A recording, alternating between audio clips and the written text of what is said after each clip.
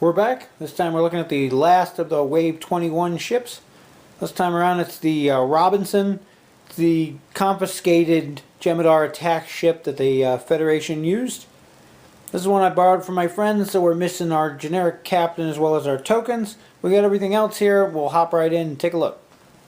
Interestingly enough, although the ship is dual faction, they still gave us the standard Jem'Hadar attack ship Dominion dial, which we've got with all our other attack ships in the past. So nothing new there. We have our Jem'Hadar attack ship maneuver card. Same thing all the other previous Jem'Hadar ships have had. That white one come about in there. 4 forward, which is mid-range, pretty nice.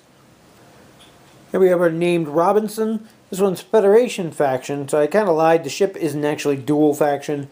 The named version is Federation and the generic is Dominion.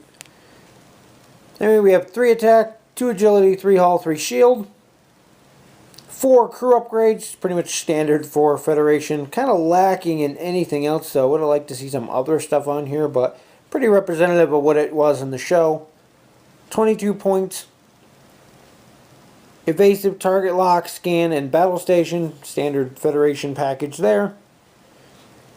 And the named ability is when you're defending, if you're hit and you don't already have a warp core breach critical damage assigned to your ship, you may choose to ignore up to 3 damage being inflicted to your ship and suffer a warp core breach critical instead. Interestingly enough, there's ways on other ships to get rid of warp core breach, and possibly, depending on what crew you take, you might be able to get rid of it on here, which really makes for an interesting combo. Dropping up to 3 damage for a single critical. Sure, it's a really nasty critical, but if you do have some way to compensate for it, then definitely well worth it. Interesting ship, though. For a generic, we just have a standard Jem'Hadar attack ship. You use that 1 shield. Slot loadout's completely different than the Robinson, though. You got 1 tech upgrade, 1 weapon upgrade, 1 crew upgrade for 20 points, and then the same action bar. For captains, of course, we have Benjamin Sisko. Captain skill at 8, which is kind of nice. 1 elite talent, 5 points. Each time your ship suffers 1 or more damage to its hull, you may roll 1 attack die. On a hit or crit result, damages the attacking ship as normal. If the result's a battle station, place a battle station token beside your ship.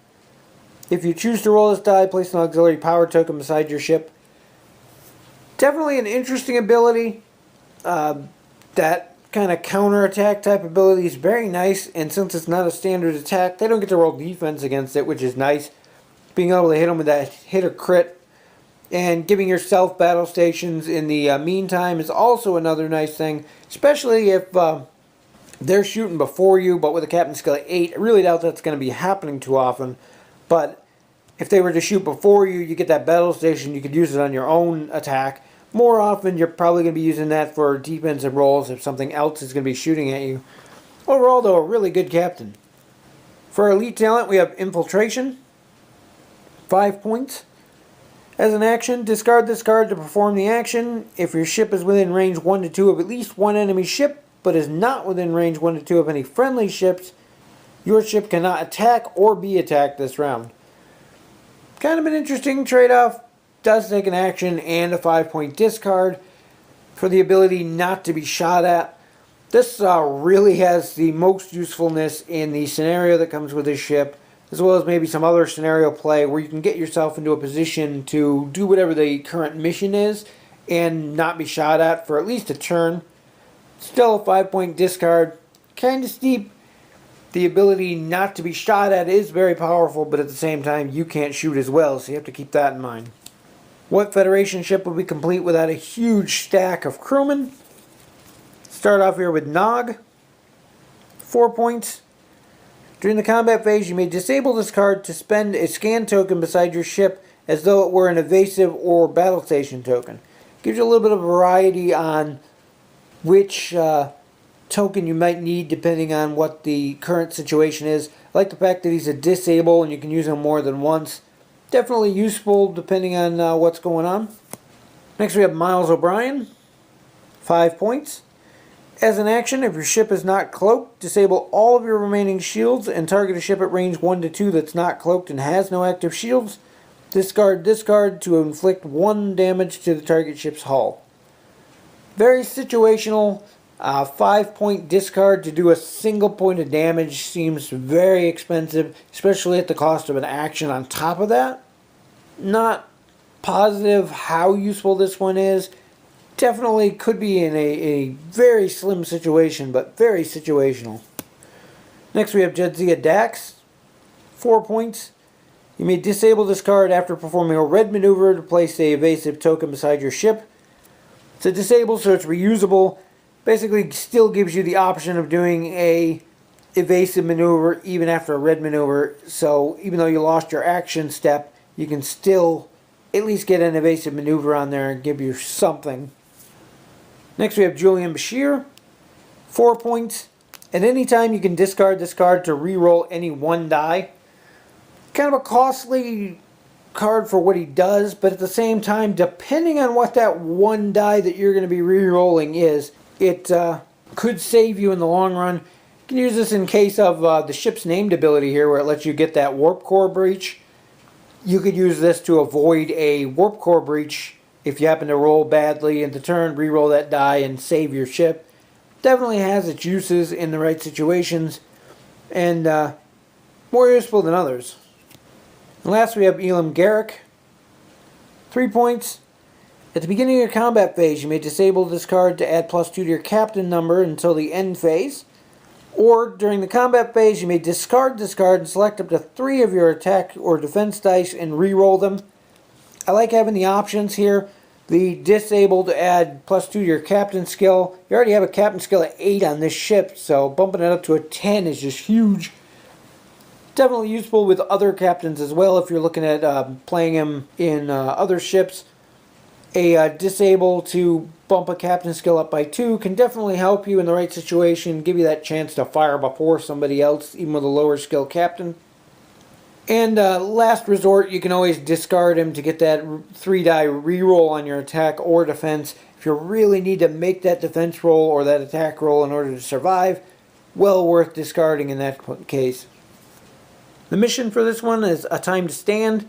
It's based on the episode where the ship is from. You're basically flying into Dominion space to try to destroy a Ketracel White facility. You have 80 points of Dominion ships, including at least 2 Dominion ships. No ship can have a hull value of greater than 3. Where you have 50 points of one and only one of this ship with Benjamin Sisko as a captain, and a planet token. You basically have to get within range 1 of the planet token and start dropping off mission counters. Once you get to 3 mission counters, the planet will blow up during the next combat phase and deals damage to any ship within range 1 or 2. There's a security network on the planet. Each time you drop off a mission token, you have to roll to see if that gets triggered. And the Federation player is trying to destroy the facility on the planet and then exit the area. If they can exit back through the side they started on, they get a major victory. Where the Dominion are trying to stop the Federation ship, and in the least they can do it before or after the facility is destroyed for a minor or major victory. Definitely looks like a fun one. Of course, this one I haven't played. This isn't actually a ship I own, but I have a friend who loves playing Dominion, so it might be something we try out one of these days. Now we have our base for the Robinson. 90-degree front arc, no rear arc, and our generic Jem'Hadar attack ship with the same. The model itself is a much darker plastic than the previous ones. About the same amount of detail though. Moderately painted, nothing spectacular, but nothing terrible as some of the previous ships have been. There you can see the difference in the colors of plastic. Definitely like the new color much better. Hoping they continue with that one for the ships in the future. But yeah, as far as detail and paint wise goes, there's not a whole lot of difference in them overall.